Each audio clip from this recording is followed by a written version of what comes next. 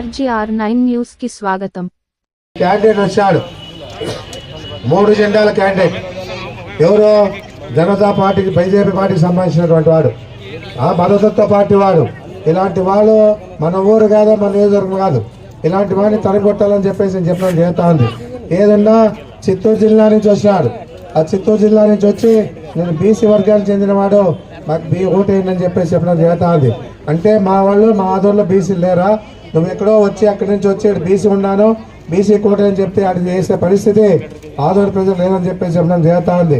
మనము ఓటే చెప్తా ఉన్నా, డెవలప్మెంట్ చేసింటేనే నాకు ఓటేయండి, డెవలప్మెంట్ చేయకపోతే ఓటేసే పరిస్థితి లేదు. సంక్షేమ కార్యక్రమాలు అందుంటేనే ఓటేయండి, లేకపోతే అవసరం లేదని చెప్పే మగాళ్ళు జగన్మోహన్ రెడ్డి గారు మేమని చెప్పేసి కూడా చెప్పడం జరుగుతూ ఉంది. ఏదున్నా కూడా చేసినాం కాబట్టి ఈరోజు మీ ముందుకు వచ్చి నిలబడి మాట్లాడగలుగుతా ఉన్నాం.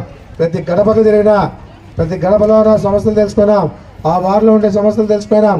అన్ని రకాలుగా డెవలప్మెంట్తో పాటు సంక్షేమ కార్యక్రమాలు అందించామని చెప్పేసి కూడా మేము చెప్పడం జరుగుతూ ఉంది. ఏదున్నా ఆ రోజుల్లో మీనాక్షి నాయుడు గారి విషయానికి వస్తే వాల్మీకులు బాగా వాడుకున్నాడు.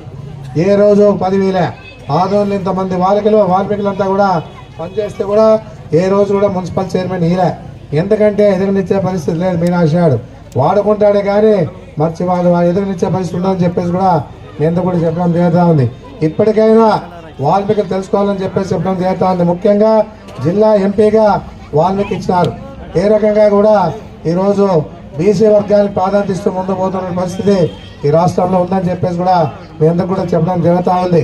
ఏదన్నా వలస పక్షిది ఈ పాత సారితో ఏం మాట్లాడుతూ ఉన్నాడో తెలియదు, ఏం మెసేజ్ ఇస్తా ఉన్నాడో తెలియదు. ఎంతసేపు ఉన్న సాయి ప్రసాద్ రెడ్డి మీద జపం చేస్తూ ఈరోజు ముందు పోతా ఉన్న పరిస్థితి. అలాంటి పరిస్థితి ఈ రాష్ట్రంలో ఇలాంటి నాయకుడిని ఇక్కడ క్యాండిడేట్గా పెట్టిండేదే తప్పని చెప్పేసి నేను చెప్పడం జరుగుతూ ఉంది. ఎందుకంటే మీనాక్షి నాయుడు గుర్తుపెట్టుకోవాలా, 3 సార్లు ఎమ్మెల్యే పదవి ఇష్టానికి, ఒకసారి అవినీతి పడని ఎమ్మెల్యే టికెట్ ఇలా, ఈసారి అసలు పూర్తి అధ్వానంగా నిన్ను పక్కకు పెట్టేసి 3 జెండాల పార్టీకి ఇచ్చినాడు. గమనించుకో, ఇది ఏదున్నా 3 సార్లు ఎమ్మెల్యేగా ఉన్నా నీవు ఈరోజు వచ్చి ఒక కార్యకర్తగా సపోర్ట్ చేస్తే నిలబడే పరిస్థితి ఉంది. నీ పరిస్థితి ఎంత దిగజారిందని కూడా ఆలోచించుకోమని చెప్తాను. మీ కుటుంబం అంతా నీకోసమన్నా తిరిగిలో లేదో ఈ ఎక్కడో నుంచి వచ్చిన వలస పక్షికి సపోర్ట్ చేస్తూ నిలబడ్డానని చెప్పేసి కూడా చెప్పడం జరుగుతూ ఉంది. అదే మన కిషోర్ అడిగినట్ల 2004లో ఆయన కృష్ణకు సీట్ ఇస్తే నీ మగతనం ఎక్కడ పోయింది అనేది కరెక్ట్గా చెప్పినాడు. ఏదన్నా కూడా ఇలాంటి నాయకులు నమ్మొద్దండి. తనకు వస్తే ఓ రకంగా ఉంటుంది, తనకు రాకపోతే ఓ రకంగా ఉంటాడు.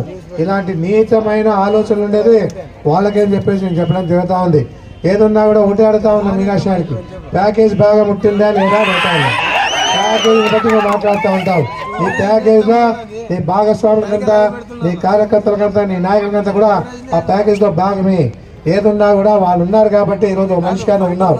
వాళ్ళే లేకపోతే నీకు అతిగతి లేదు. అలాంటి వారికి మోసం చేయొద్దు. నువ్వు ప్యాకేజీ 3 కోట్లు ముట్టిందని బయట ప్రచారం జరుగుతూ ఉంది బాగా.